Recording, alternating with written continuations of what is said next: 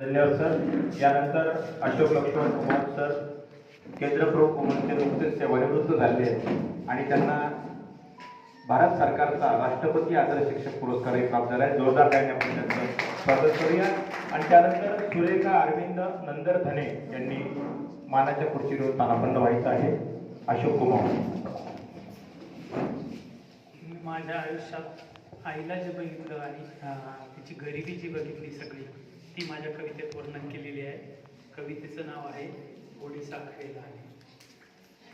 पण तब्येत बरी नसल्यामुळे आवाज काहीतरी वेगळा येत असेल। थोडी गेय कविता आहे। 17 दांडाचं लुगड तिचा मायेचा पदर, 17 दांडाचं लुगड तिचा मायेचा पदर, पदर आडच्या दुधाला गोडी साखरेची आली, पदर आडच्या दुधाला गोडी साखरेची आली। शेतामध्ये रोज विके कष्टी आयुष्य अनवाणी, शेतामध्ये रोज विके कष्ट आयुष्य अनवाणी, चटणी भाकरीच्या तिला गोडी साखरेची आली।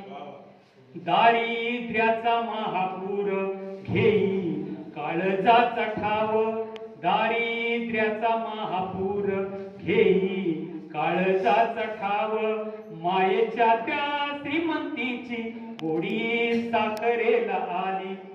पडे रिमझिम धारा कधी सोसाट्याचा वारा, पडे रिमझिम धारा कधी सोसाट्याचा वारा, सुगरणीच्या खोप्याला गोडी साखरेची आली।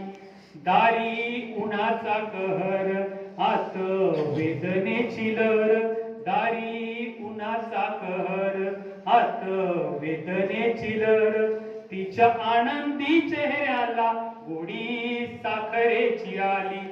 संस्कृतीचं लेन तिचं चिंध्यानी झाके अंग, संस्कृतीचं लेन तिचं चिंध्यानी झाके अंग, सतीच्या त्या वनाला गोडी साखरेची आली, सतीच्या त्या वनाला गोडी साखरेची आली। धन्यवाद।